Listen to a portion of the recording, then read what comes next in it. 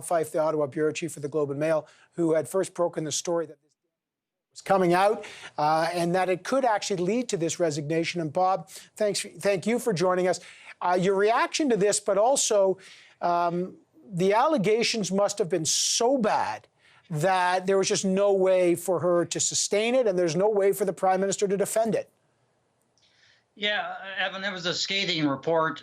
Was when they saw what was in the report, Dominic LeBlanc, the Intergovernmental Affairs Minister, and Ian Shugart, who was the Privy Council clerk, the country's top bureaucrat, went over on Tuesday to Rideau Hall to give her the findings and to suggest to her that there are really only two options. One is resignation, and one is we have to go to the Queen if you refuse, to ask her to rescind your appointment as vice regal. She was resisting leaving. She felt, as you saw in her statement, that she was not given due process, that there had been no formal complaint or grievances made against her. This led to the Prime Minister going last night to Rideau Hall for a very long conversation, I'm told, with Julie Payette, telling her that she had to resign.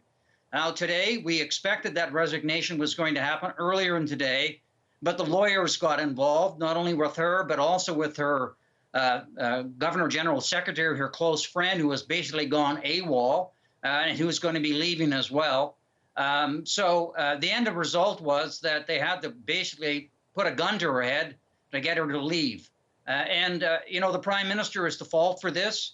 You said earlier he did not do any of the vetting. It looked like many people in this town thought, because Julie Payette was a friend of the Trudeau family and of Sophie Gregoire Trudeau, that she got this job. But if, as you know, anybody who looked at her past record and the way she managed people, that she was not the right person to be our Governor General, and she's leaving now in disgrace. That meeting between Julie Payette and Justin Trudeau does not sound like it was a friendly meeting.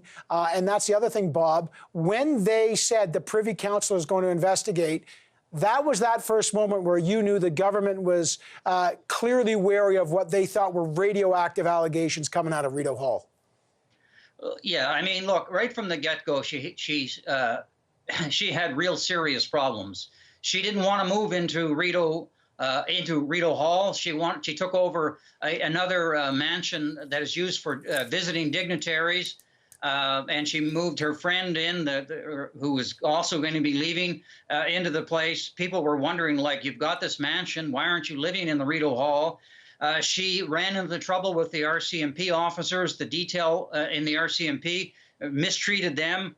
She would go she'd go jogging without letting them know. In Montreal and in Ottawa, and if something had happened to her, the RCMP security detail would have been responsible for that.